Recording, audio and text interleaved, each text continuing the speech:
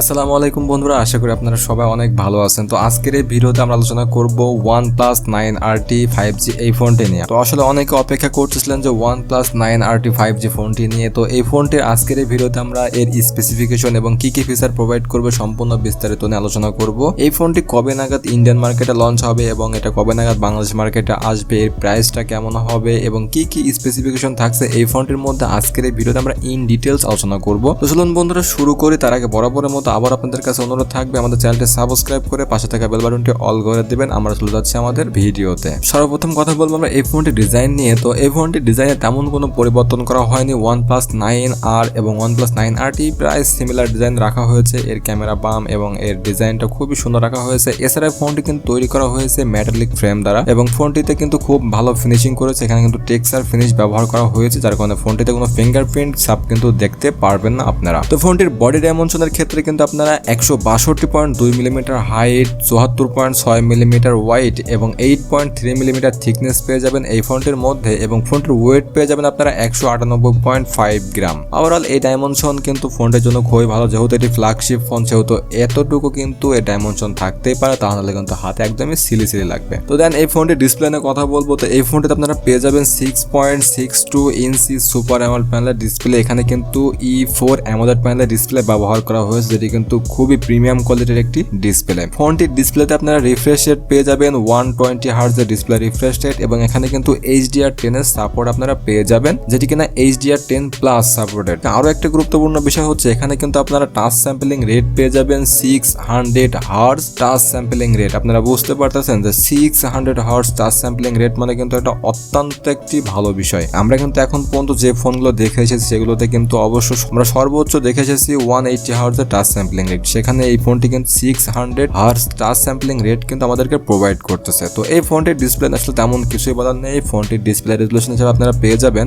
1080 বা 2400 পিক্সেলের display resolution এবং এখানে পিপিআই ডেন্সিটি ব্যবহার করা হয়েছে 397 পিপিআই ডেন্সিটি। ফোনটির ডিসপ্লে প্রোটেকশন হিসেবে ব্যবহার করা হয়েছে কর্নিং গোরিলা গ্লাসের প্রোটেকশন। ওভারঅল ডিসপ্লেটা একদম বেস্ট একটা ডিসপ্লে। তো এবার কথা বলবো আমরা ফোনটির পারফরমেন্স নিয়ে। তো এই ফোনটিতে আপনারা অপারেটিং সিস্টেম হিসেবে পেয়ে যাবেন Android 11 এবং এই ফোনটিতে ইউজার ইন্টারফেস পেয়ে যাবেন Oxygen OS 11। এখানে আমরা আরো একটি লিক থেকে জানতে পেরেছি যে এখানে কালার OS 12 ব্যবহার করা হবে, তবে প্রাইমারিলি কিন্তু এখানে Oxygen OS টাই ব্যবহার করা হবে, তবে নেক্সটে আপনারা আপডেটের মাধ্যমে কালার OS টা পেয়ে যাবেন। দেন এই ফোনটিতে চিপসেট ব্যবহার করা হয়েছে Qualcomm Snapdragon 888 5G প্রসেসর। এটি 5 ন্যানোমিটার আর্কিটেকচারে তৈরি করা হয়েছে। এটি কিন্তু একটা গুড সার্ভিস প্রোভাইড করে একটা প্রসেসর এবং এখানে কিন্তু একটা বিষয়, এই প্রসেসরটিতে একটু হিটিং ইস্যু থাকে, কিন্তু তারা হিটিং ইস্যুটা কমানোর জন্য কিন্তু এখানে কুলিং সিস্টেমটা ব্যবহার করেছে, যার কারণে আপনারা এখান থেকে কোনো ধরনের কোনো হিটিং ইস্যু পাবেন না। ফোনটিতে সিপিইউ পেয়ে যাবেন octa-core একটি সিপিইউ, যেখানে সর্বোচ্চ ক্লক স্পিড পেয়ে যাবেন 2.84 GHz এর ক্লক স্পিড এবং এখানে আপনারা সর্বোচ্চ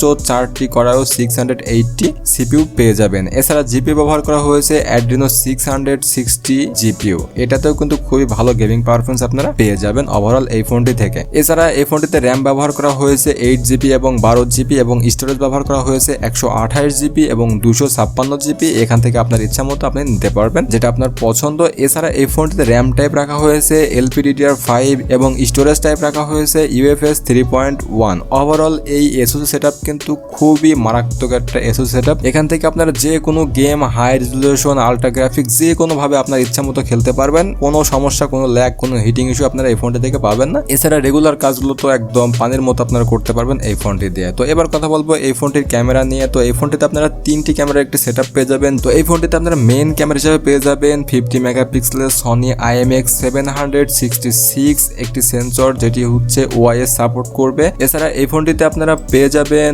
16 মেগাপিক্সেলের একটি আলট্রা ওয়াইড সেন্সর এবং 2 মেগাপিক্সেলের একটি ম্যাক্রো সেন্সর। ওভারঅল এই ক্যামেরা সেটআপ থেকে আপনারা খুবই ভালো একটি পারফরমেন্স পেয়ে যাবেন। তবে এখান থেকে আমি একটা বিষয় বলবো, সেটি হচ্ছে যে OnePlus এর মতো কোম্পানি কেন 2 মেগাপিক্সেলের ম্যাক্রো সেন্সর ব্যবহার করবে? এখানে তারা মিনিমাম 8 মেগাপিক্সেলের একটি ম্যাক্রো সেন্সর ব্যবহার করা তাদের উচিত ছিল তাদের ব্র্যান্ড ভ্যালুর ক্ষেত্রে। তো যাই হোক, এখান থেকেও কিন্তু আপনার ক্যামেরাতে খুব ভালো পারফরমেন্স পেয়ে যাবেন। এছাড়া এই ফোনটি দিয়ে আপনারা ভিডিও রেকর্ডিং করার ক্ষেত্রে 4K 30fps এবং 60fps এ ভিডিও রেকর্ডিং করতে পারবেন। এছাড়া 1080p 30fps 60fps এবং 240fps এ ভিডিও রেকর্ডিং করতে পারবেন এই ফোনটির ব্যাক ক্যামেরা দিয়ে। এছাড়া ব্যাক ক্যামেরাতে ভিডিও রেকর্ডিং করার ক্ষেত্রে আপনারা কিন্তু জাইরা বেস EIS এর সাপোর্ট পেয়ে যাবেন, যেটি কিনা আপনার ভিডিওতে স্টেবিলাইজেশন হিসেবে কাজ করবে। এছাড়া ফোনটি সেলফি ক্যামেরাতে ব্যবহার করা হয়েছে 16 মেগাপিক্সেলের একটি ওয়াইড ক্যামেরা, যেখানে অটোফোকাস পেয়ে যাবেন এবং এবং এখান দিয়েও ভিডিও রেকর্ডিং করার ক্ষেত্রে আপনারা 1080p 30fps ভিডিও রেকর্ডিং করতে পারবেন। এছাড়া এই ফোনটি ভিডিও রেকর্ডিং করার ক্ষেত্রে কিন্তু আপনারা জাইরা বেজ ইআইএস সাপোর্ট পেয়ে যাবেন এই ফোনটির ফ্রন্ট ক্যামেরাতে। তো ওভারঅল এই ক্যামেরা সেট আপনি আপনাদের কোনো কমপ্লেন থাকবে না। তাছাড়া এখানে আমরা কালার ওএস 12 এর সাপোর্টটা পেয়ে যাব, যার কারণে এখান থেকে আমরা ক্যামেরাতে আরো ভালো পারফরমেন্স পেয়ে যাব।